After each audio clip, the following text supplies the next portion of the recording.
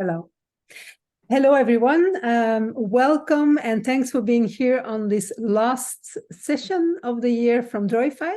I think I see a lot of new faces, so I'm going to present myself. And for those who know me, yeah, you have to listen to it for the 10th time of this year, I think.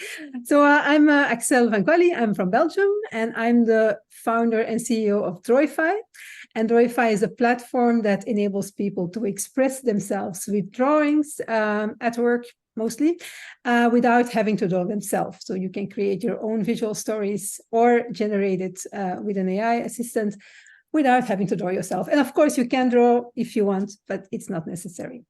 And it's not only a tool, we also like to inspire everyone around the world, because it's my personal mission to empower everyone to convey messages with drawings instead of boring text. I think there's too much text in the world already. So let's say goodbye to that and help each other to become more visual and make the world easier to understand, and maybe to start already your job easier to understand. So today, the last session of the year, I'm the speaker myself. Most of the time, I invite others to speak. But yeah, I was thinking, why not end with myself? So that's what we're going to do. It's all about listening today. It's maybe a little bit off topic when you look at Droify, because it's very much for those people who listen and draw, or maybe people who are trying to find a method to be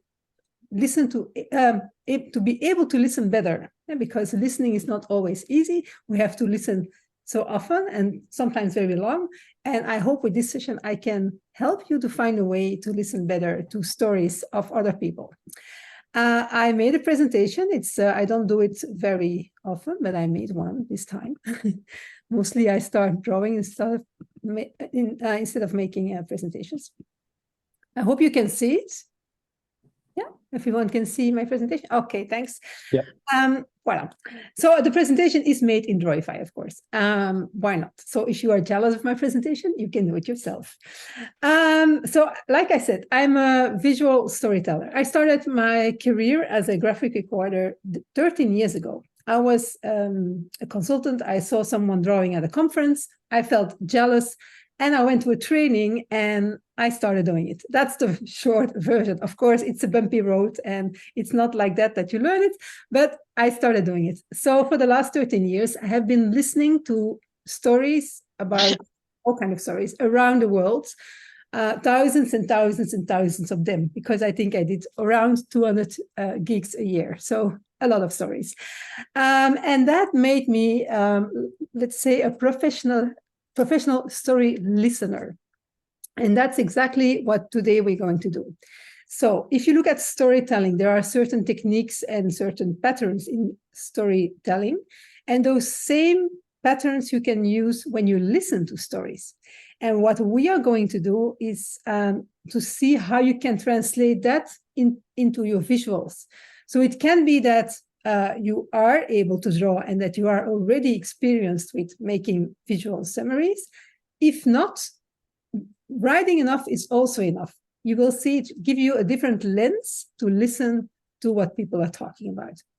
You are going to learn how to listen like a graphic recorder, because people always tell me when I'm making visual summaries, they always say, oh, but it's going so fast. And how do you listen? And how do you make sure you hear everything? Well, I must say, I don't hear everything. I miss probably 70% of what has been told, sometimes already because of the language. So, but I listen very focused for certain things. And those certain things, that's what I'm going to explain today. So bear with me. I have first a question for all of you, and you can just put it in the chat.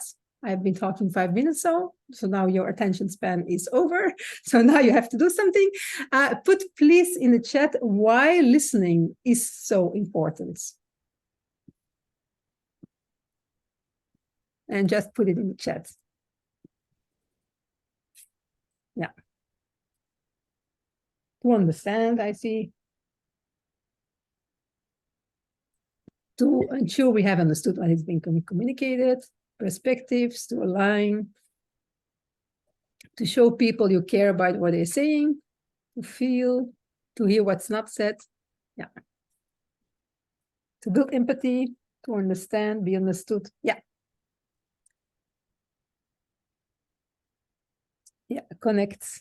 All true, very important. Like you said, there are many different ways or reasons why listening is important. And it's not a spoiler, but I can already tell that people are not listening enough anymore to each other. Yeah, for me, it's important to listen, of course, because it's my job. And I also saw that by listening and drawing that people felt better understood. So indeed, those are combining both. They can apply it just to show that you have been listening very carefully. For us as a community, as professionals, it's also important to listen, because if people listen better to each other, there's more understanding, you connect better, and you can work better together. So that's absolutely important.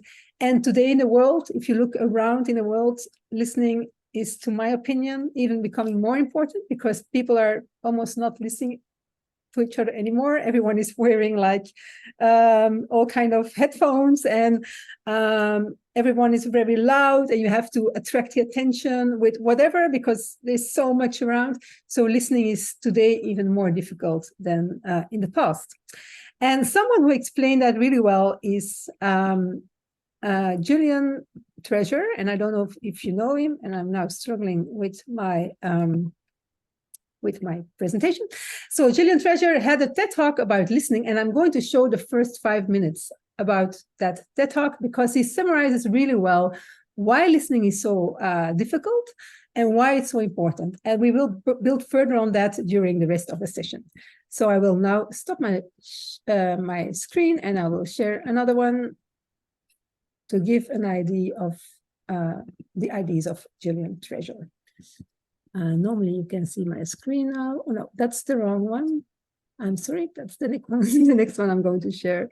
I'm sorry, it's this one. Yeah. What is this? We are losing our listening.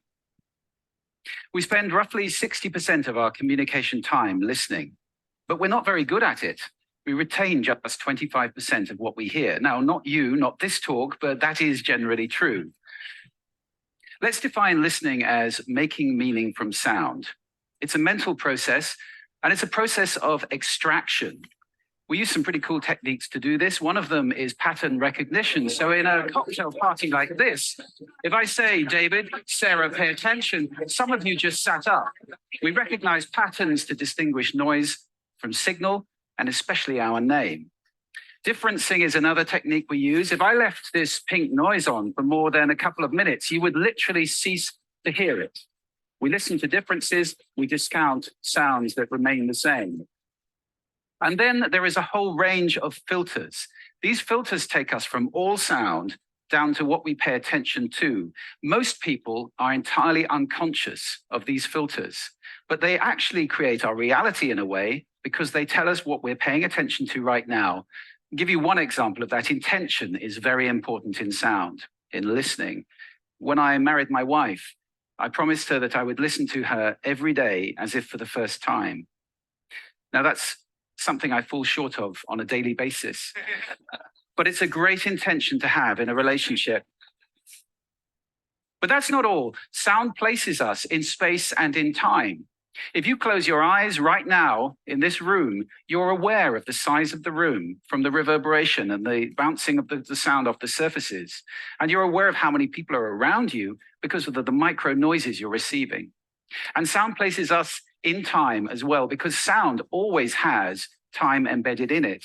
In fact, I would suggest that our listening is the main way that we experience the flow of time from past to future. So sonority is time and meaning, a great quote. I said at the beginning, we're losing our listening. Why did I say that? Well, there are a lot of reasons for this. First of all, we invented ways of recording.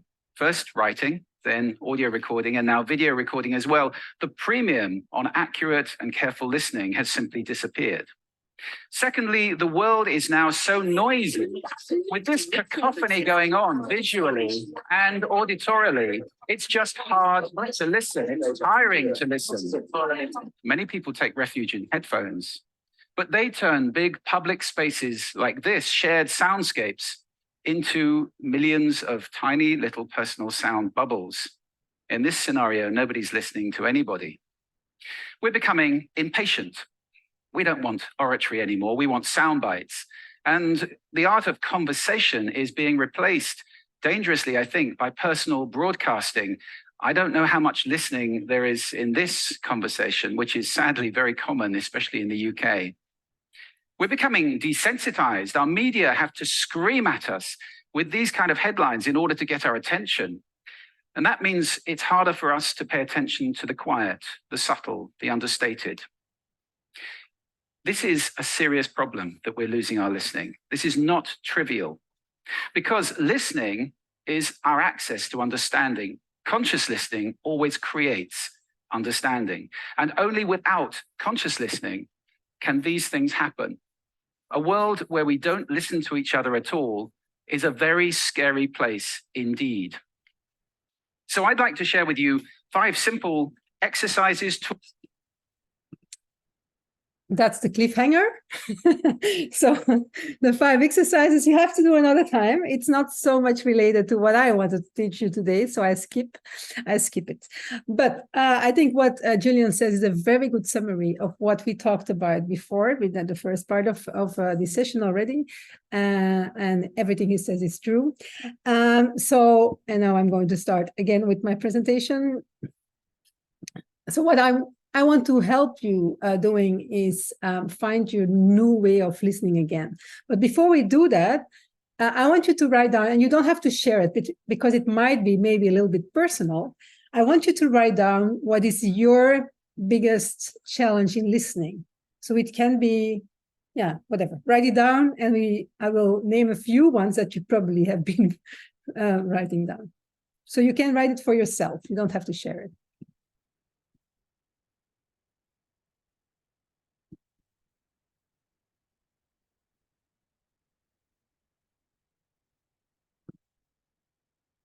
So I hope everyone has written something down. So indeed, thanks for sharing it in the chat. That's very useful, because what I see is indeed already a few things that I saw in the previous session. So in all honesty, I did this session before today with a group in Asia already.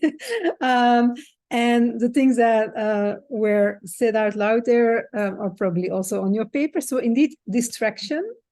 You can be very easily distracted in today's world while you're talking with someone else.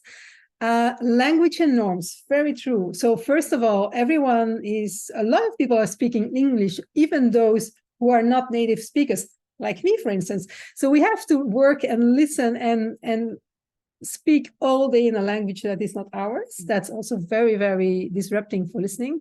Cultural norms, our own bias. You can't listen objectively. It's impossible. Our brain is full of patterns and full of biases you are not even aware of. So when you listen, there is an internal communication also starting with yourself that has nothing to do with the communication you were in. So you're basically doing 2 communications, one with the person and one with yourself. And the one with yourself is probably also hurting the listening part to the other one.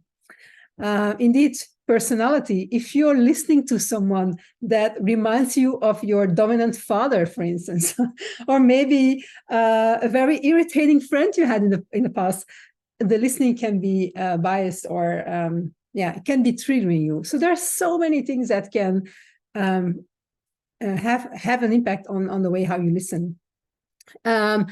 And what I have very often is, and I had it also as a child, and I guess many of you in the room had the same because you are in this session, is that when I was listening to a teacher, for instance, I always had to draw. And I always thought that I was bored, and probably I was. But what I learned not so many years ago is that every brain has a certain capacity, and most of us have a capacity that is much bigger than what you need to continue listening. So there's a part of your brain that is searching for something else because it's bored and it can do more than just listen. So it starts looking for other things, like thinking about this weekend or about an argue you had with your friend or whatever. So drawing helps you to optimize your brain capacity and to focus everything on the listening. So that's a lot of teachers ask children to stop drawing. Well, they should do the opposite because it's a way of focusing on the content. So yeah, and indeed, thanks Audrey for the tip about Dead by PowerPoint by David G.P. Phillips. Anyone who hasn't seen that TED Talk should see it. If I train people, it's a presentation I always show. It's more about presentation and about listening, but absolutely must see for everyone who ever makes a PowerPoint presentation. So that's basically probably everyone in the room. Okay, so how are we going to listen better by using drawings and writing? So like I said, it's making meaning from sound. It's a mental process. So we're going to steer that mental process a little bit more by intentionally look for something. Because if you don't have a goal when you listen, you can listen to everything and you maybe listen to nothing. If you know where to listen for, then it's easier to listen with intention. And I give you an example. Imagine that you are planning to buy a yellow car. There are not so many yellow cars in the world, right? But as soon as you plan to buy a yellow car, you will see yellow cars everywhere. And that's because intentionally you have the focus on yellow cars. It's the same with listening. And in a podcast where people interviewed me, I apparently talked about finding the meatballs in the spaghetti. So if you're listening to someone who is talking, it's like spaghetti. It's a lot of things happening, and it's like a big thing of things you can't find anything in. But if you are looking for the balls, then you can find the balls and you can visualize them. So how do we do that?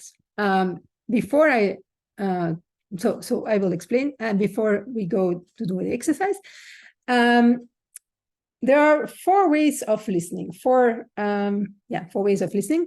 The first one you can't call listening. It's what we very often do. Imagine you had a very busy day at work, and you come home, and your partner had also a very busy day or maybe a disturbing day at work and wants to talk about it. And you are very tired. So what happens? Your partner starts talking and you do, oh, yeah, oh, And basically, you're not listening. You're just downloading. You're just giving the impression that you're listening, but you're not. So that's called downloading. It's not really listening. It's just faking that you're listening. So we're not going to look at that kind of listening. The other level, one level deeper, is listening to information. And that's what we do mostly, especially when we're, for instance, in a training or at university or maybe in a meeting. We're going to listen for facts and information. Okay, what happened, how, where, how many, all the practical things that really focus on the brain. That's the facts. You can listen for that. So if you do graphic recording, for those who want to do that or who are doing it, you can listen only to the facts. That's a way of listening. Another way of listening is listening to the emotions. And that creates more empathy.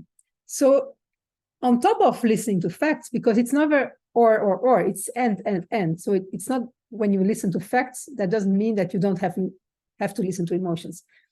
So you can also listen to emotions and try to understand what's going on.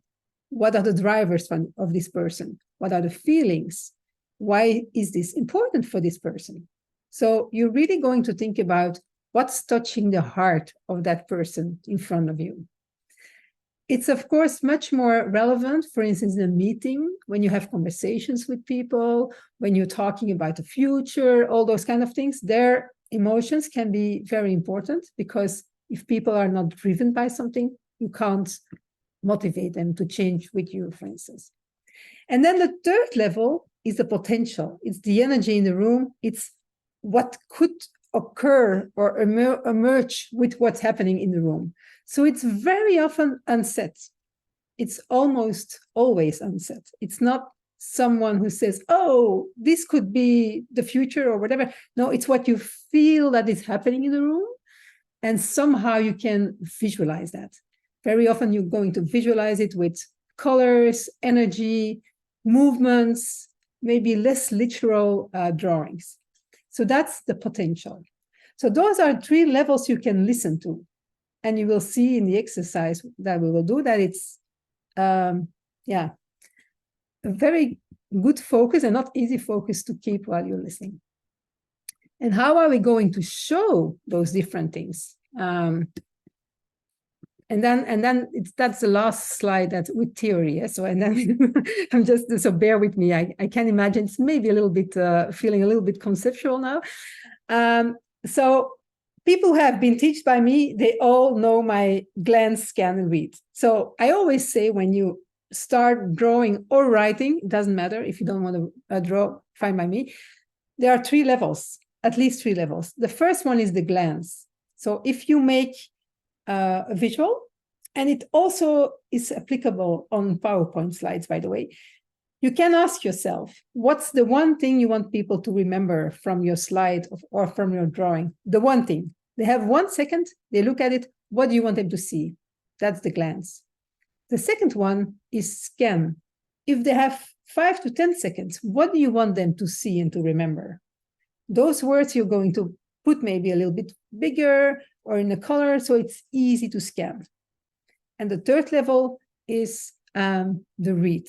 So they have more time, to go through the content and they start reading. Very often there you're going to put some facts, stories that support the whole message. Well, are there any questions? Because we're going to do an exercise, and if you say this is really rocket science or Chinese, let me know. Any question is welcome. No? Okay. So I will quickly stop sharing again. And what I will do now is quickly show my page on my desk. So what you can do, just to make it easier for yourself. So we're going to listen to a 10-minute talk from someone. And I want you to listen and to listen to the 3 levels. So what facts do you hear? What's the information you want to absorb? What kind of feelings do you feel and do you hear in the talk? And what is, according to you, the overall glance, the one thing you want people to remember, or the one thing that you think that the speaker wants us to remember? Right? So, and you could, for instance, and you don't have to do it like this, but it forces you a little bit to think in the 3 levels. So you can, for instance, say, okay, here on top, I will put my glance. And by the way, you don't know this in the beginning. You have to listen till the end to understand the glance, because you don't know what she's going to say. So you have to wait for that. On the second level, you can put the words or drawings that, according to you, are the key messages that support that final message. And here you could, for instance, put the small stories, quotes, information that, again, supports what's above. And I do this in 3 levels. It doesn't mean that in real life, when you do graphic reporting, you have to do it in 3 levels. It's just for you, to help you to think more focusedly. And like I said, you can use drawings, you can use colors. You don't have to stick with this, but just try to listen to the different levels in the talk. And I'm going to put it on now. Well, first, again, choose. Yeah, there's a lot of manipulation today on my, yeah. So here she is. Before I start, I want to tell a very small story. I met Carla Havers in the US almost 2 months ago. I was drawing for Gartner, a conference about an IT conference. and she was one of the speakers, and I had the pleasure to draw her story, and she's incredibly inspiring. For the non-native speakers, I must warn you, she speaks incredibly fast.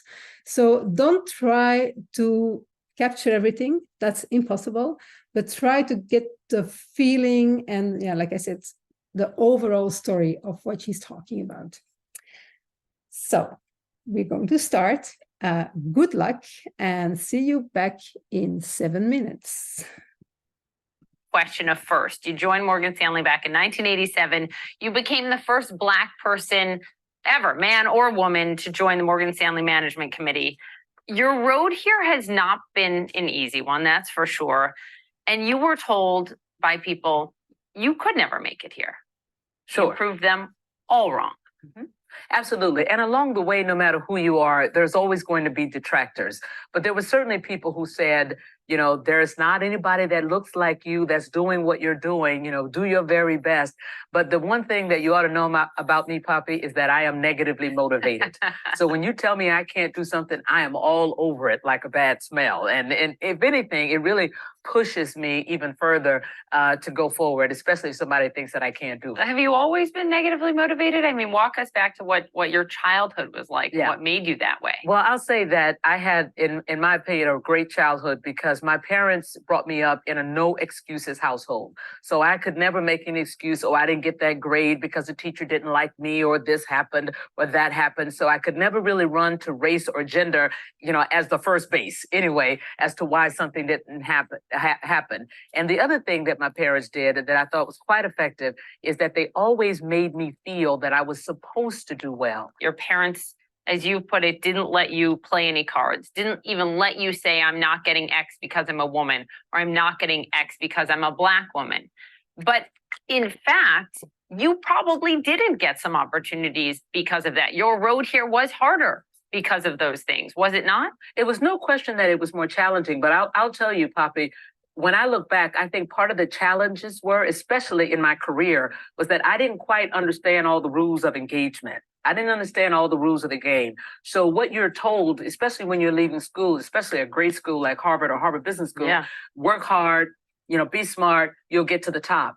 But I quickly figured out when I started out in my career that being smart and working hard was not enough. And in my background, that was also what I'd been taught. Growing up Black in the South, that's what people tell you to do. Keep your head down, work really hard. But you don't hear about the power of relationships and the importance of investing in those relationships. So if you think you can just be an island and put your head down and work hard and that will get you to the top, that will not do it. So I would say that more of my challenges were not just because of gender or race. It was because I didn't understand how the game was played. You've said as a child that your mother always said to you, the world is not fair, so get an A+.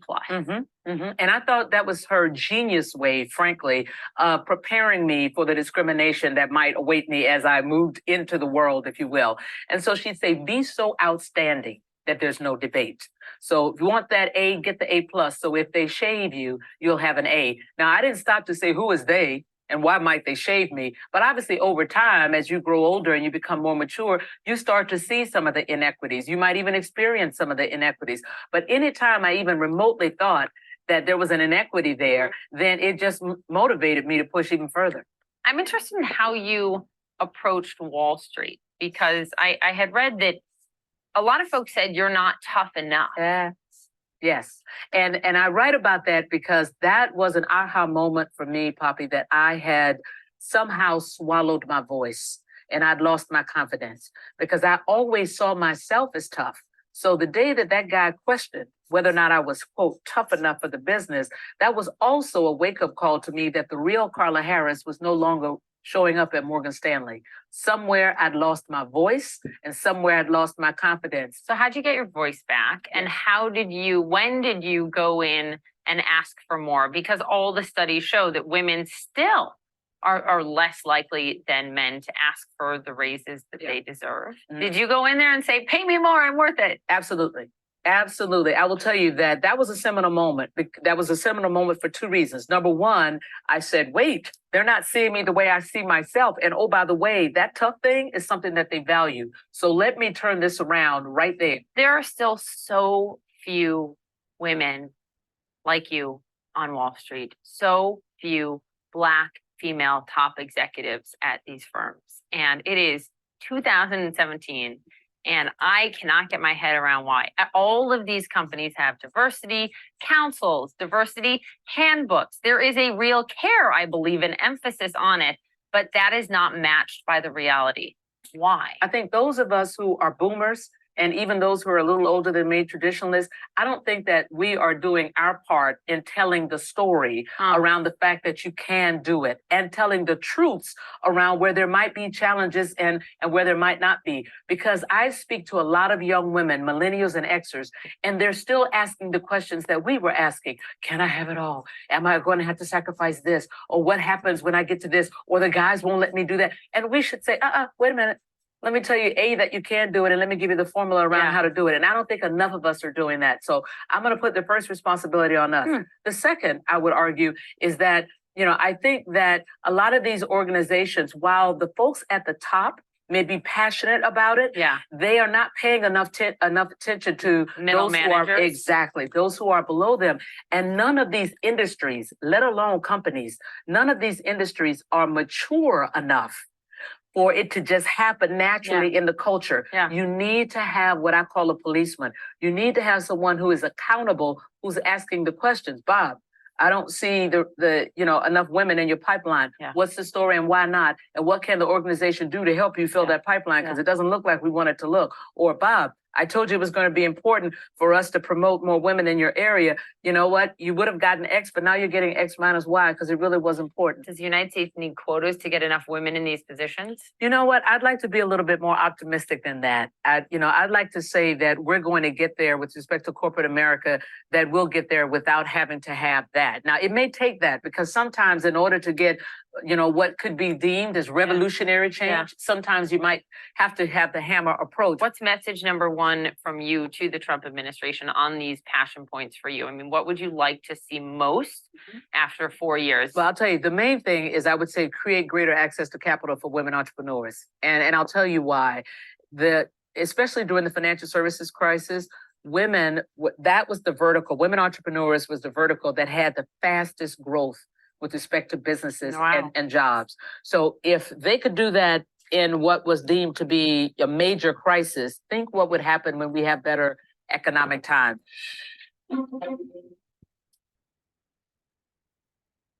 That was fast, right? And interesting. Okay. I'm very curious now to see what kind of messages that, now maybe before we do that, I want to hear from you how it was to listen through that lens of the 3 levels that I gave you. And you can say it out loud or put it in the chat, depending on what you prefer.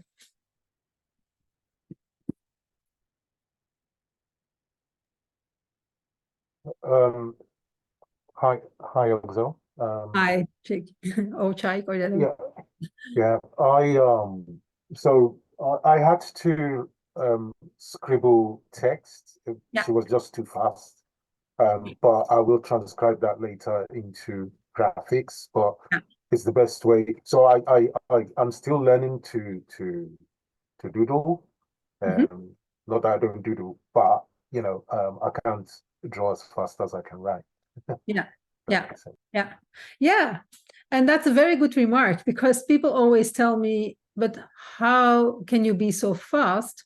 And the secret is, first of all, not to try to write everything down, but secondly, not to draw too much. People always think that you have to draw a lot, but that's not true. You can, with one drawing, give the emotion and the potential of a whole story, just because you if you draw that concept, and all the rest can be text, and still your visual will be very strong, because you have been drawing something that maybe was not said, but really supports the message in the room. So and I know from the beginning, it's 13 years ago, but I remember in the beginning I was trying to do both at the same time, and that's impossible. So if I have to choose, I don't have time, I focus on the text, and afterwards I support it with the right visual. And that's something that starting people do in the opposite. So maybe it helps. We'll look at the more focus through the exercise. Yeah, thanks, Audrey. To go upwards from the details. Yeah. Jack, I can relate to that. We are so much focused to listen to the words also, that it's harder to think, okay, what kind of emotion do we feel? What's the bigger message here?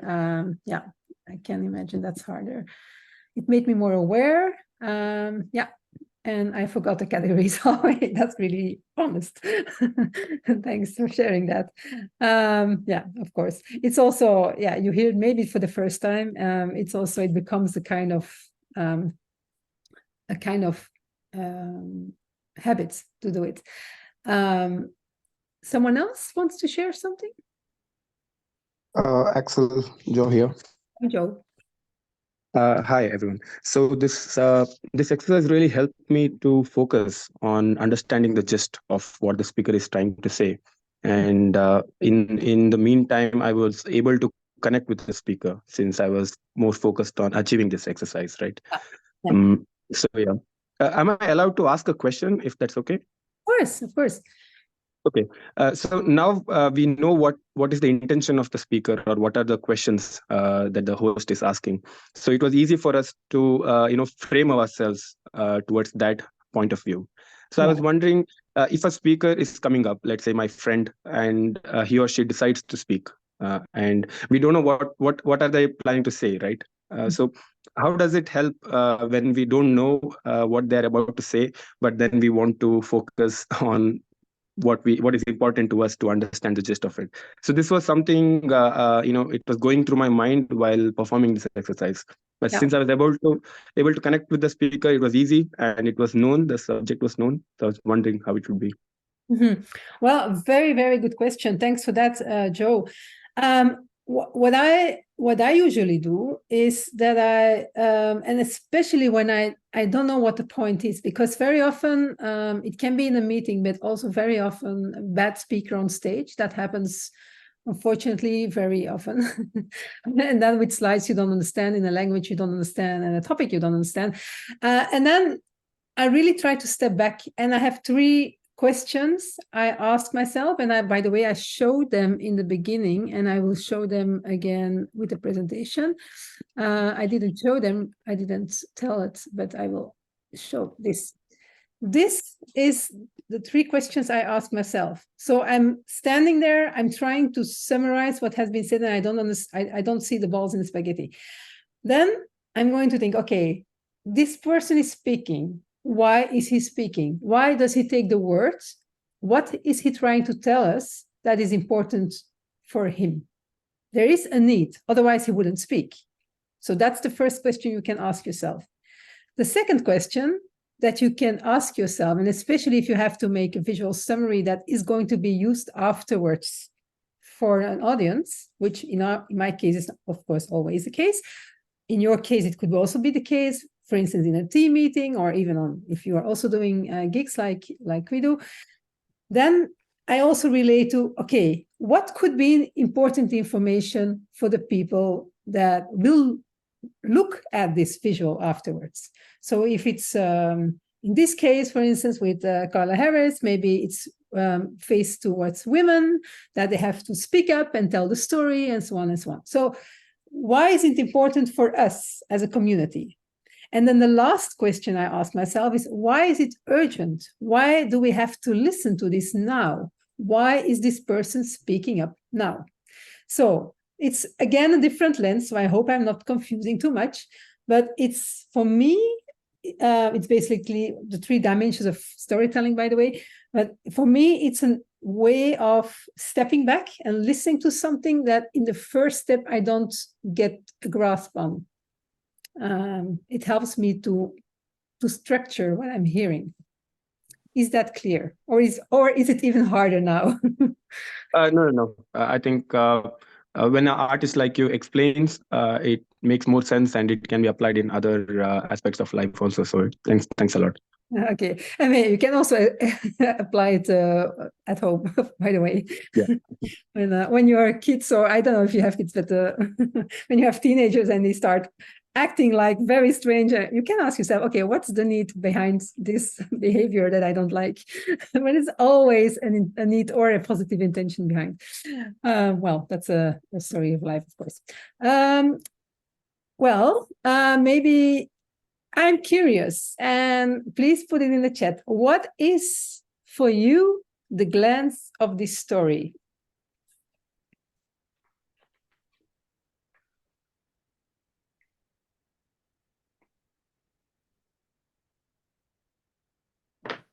So I see that some people didn't put text in the other areas, but that's maybe you have an idea now what it could be. Yeah. So what we see, the world is not fair. You can do it. No excuses. Keep being determined. Nothing is impossible. Inequity. Be you. You can do it. Relationships are key. You can do it. Be tough. Relationships with people. The world is not fair. You can do it. Self-discovery. So you see, we all have been listening to the same story. At the same time, everything was the same, and we all get the different glance. So what could be the learning of that? By the way, I did the exercise, like I said, 2 hours ago, and it was exactly the same. We had a little bit more time. It was a longer exercise, so they also could talk with each other in breakout groups, which we are not going to do. What do you learn from this if you see all those glances here? So that's what the one thing we think that Carla Harris wants us to tell us. So what can you learn from that, for all those differences? There's more than one message. Yeah, absolutely. There's more than one message. Yeah. And we hear all different things because, yeah, we see through our own lens. Exactly, Emily, and the view of the listener. So because we are biased and because we have our own backpack in our head, basically, we're going to take out things that for us resonate better. And that's what we're going to put on paper. But so for everyone who is doing live recordings and writing in meetings, that means that what you think is the most important thing in the room is maybe not the most important thing in the room. So if it's a team meeting, if it's something that is created together, it's really important that you check with the other if you have captured the right thing, because it could as well be that you think your report is the summary of the session, and maybe it was not. And thanks, Harry, for showing yours. That's amazing. Everyone who wants to do that, by the way, feel welcome to do it. And we can also, of course, take a look at it in a few seconds. So that's very important. Check with your audience. And of course, it's not possible if you are in a keynote and at a big conference, and when I'm drawing at Gartner, 5,000 people in the room, a keynote, a big name, I'm not going to go to the stage and ask if I did capture the right thing. I'm not going to do that. He probably doesn't, or she doesn't care. But if you are doing a team session and the output of that session will be used afterwards, you better ask if it's correct, because like I said, we are all biased. So that's very, very true. What I like, Harry, what you do really, really well is you make it very brain friendly to make like the 1, 2, 5, 6, the 6 elements to look at. By the way, 6 is the magic number of things you can put on the slides, which those who saw the TED Talk that by PowerPoint will know that. So this is basically all scan. let's say. It could be all scan. So it's very easy to scan what the story of Kerala was about. And if you, for instance, put a title, then you have the glance on it too. So very, very nicely done. Does someone else want to share what they make? And you can also show it just in front of the camera. That's also possible. If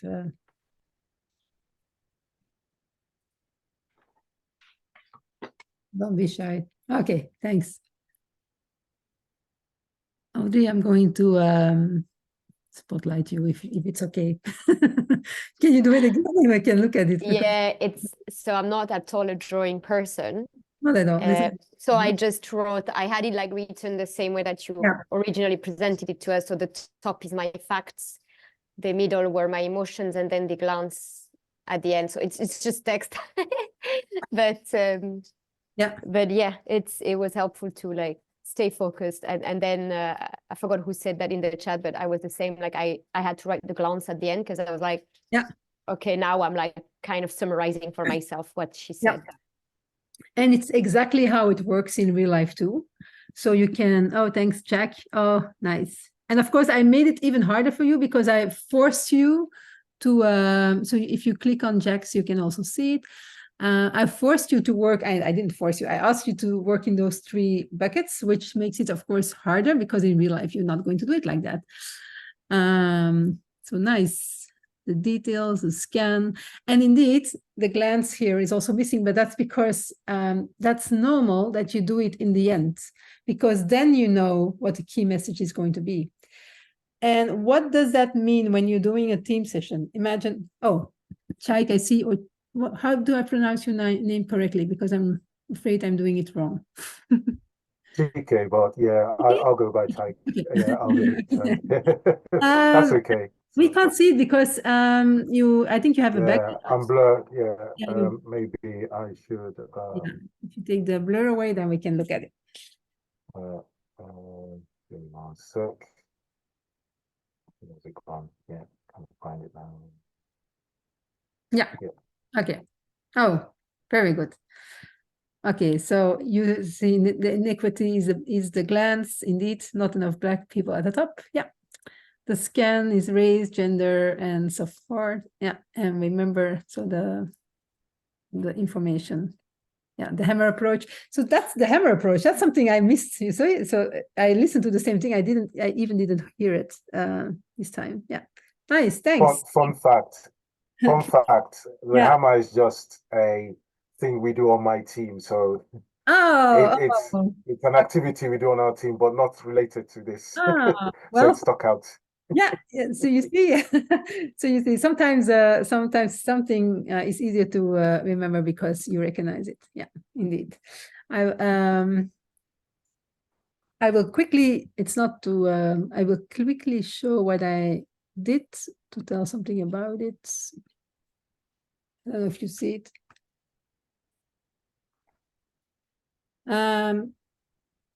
It's of course very busy also. So for me, the glance was the fact that we, or also Black women, have to tell the story and tell the truth, so that you have to do it, you have your responsibility in it. But what I did, I was first putting indeed all the text. This I do in the end, and completely in the end, I add the drawings. So it's not something I did in the beginning, or so it's really something I try to feel sometimes, okay, what's happening here? In the beginning, you don't know what's coming. Of course, I listened to this for the second time, I must say, so it's not the first time. So you're listening, what's happening? What are the quotes they're talking about? What are the words they are using? And then, and it's, this for 7 minutes, but when it's 30 minutes with a team session or so, then you will hear that certain words come back. And those words, so I always start small, and at a certain point, there are words coming back and I make them bigger. So then I think, okay, this is important. It came back 2 or 3 times. That means that it's a scan to talk in this language. And then another word comes back again. Okay, this word I'm going to make bigger, or I'm going to put yellow around it to make it more stand out. So that's how I work. So I first listen, to the facts, and then I start adding layers with colors and bigger words and so on to emphasis on what I'm hearing. And then in the end, then you will add the glance, because very often you don't know in the beginning what it is. Unless, of course, you have a very structured talk or a keynote, and they very often tell the glance in the beginning, and then you just can put it as a title. That's the easiest way, but that's, of course, not always the case. I feel like I've been talking a lot. So help me and ask some questions. Regarding the content, this was the content for this session. So since there are still 7 minutes left, I would say whatever question you have about whatever you think I can help with. Harry, I see your hands, so please ask. Hi, just curious, if you've got any tips around like how you handle the space, like the spacing when you're kind of capturing the scan and then leaving yourself enough room to kind of add the visuals and Okay, good question. I got this question this morning also in a graphic recording I was doing, one of 15 minutes, which is very short for a graphic recording. So I have two things. I know who's speaking most of the times, and I know the time. So this time I knew it was 7 minutes. So and of course it's experience. I'm doing this 13 years more or less, and let's say that at certain points I did 200 times a year. So it's quite often. So it's experience. But I try to manage my board or my paper according to the time. So I feel time really well, and I go along when it's 10 minutes and I'm halfway. Probably my page will be like 40% because I always leave a little bit space for drawings and so on. So I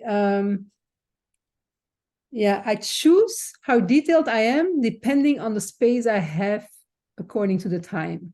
So when there's a lot of detail and I only have one board and it's 30 minutes, I'm going to choose to summarize more and give less detail. That's how I do it.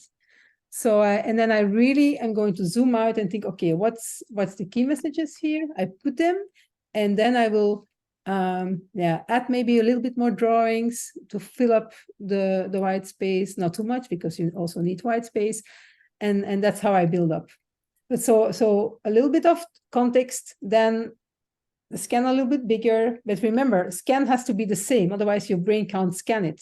So if you do one scan really big and the other one smaller, then your brain is not going to scan the smaller one. It has to be the same look and feel, otherwise the brain is not scanning. So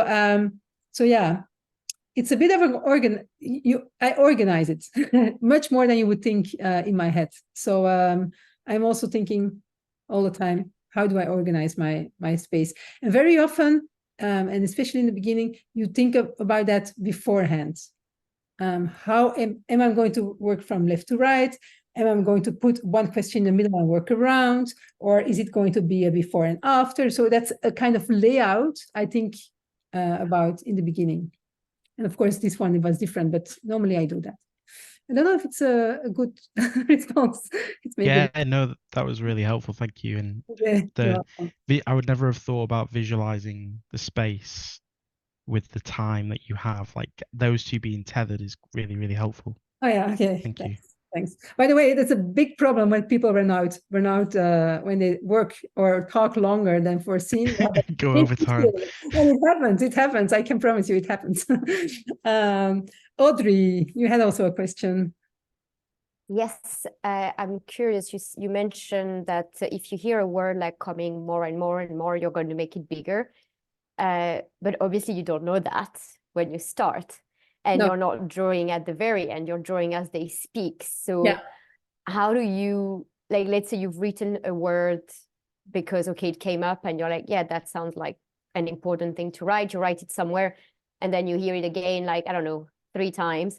And you're like, oh, that needs to be bigger. Like, you're not going to go, I mean, your drawing doesn't seem like you're drawing on top of it to make it bigger.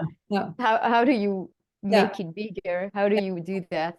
You can do two things. Or, so like I said, very often I start with small stories. And I work mostly from top left, and I go a little bit in a U to the top right, more or less. It can be different.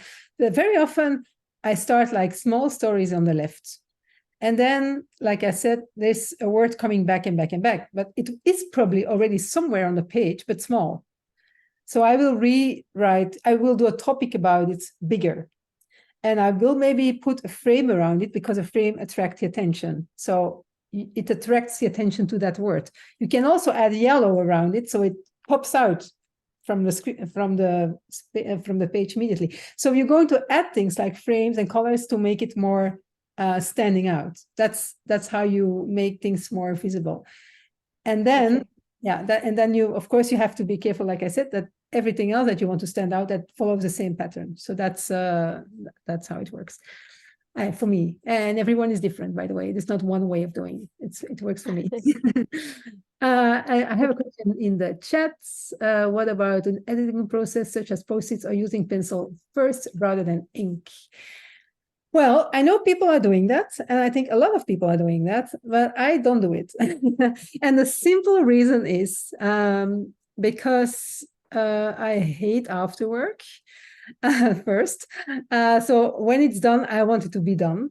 But I think the biggest reason is that pretty soon in my career, I started working, like I said, for Gartner. And those are, I don't know if you ever have been at a conference from Gartner. It's like huge conferences with big rooms with thousands of people, and I have to draw them, the sessions. People come out and take pictures. So imagine I have a board there full of Post-its and pencil. That looks very, very crap. So I don't do that. And then I have to run to another session. Sometimes I have only 15 minutes between two sessions. So it has to be ready. And that's how I trained myself to be very fast and not to need any work afterwards. And another reason why I want to do that is, especially if you work in a team, what they see appear on the paper is theirs. They have seen it in front of their eyes. It belongs to them.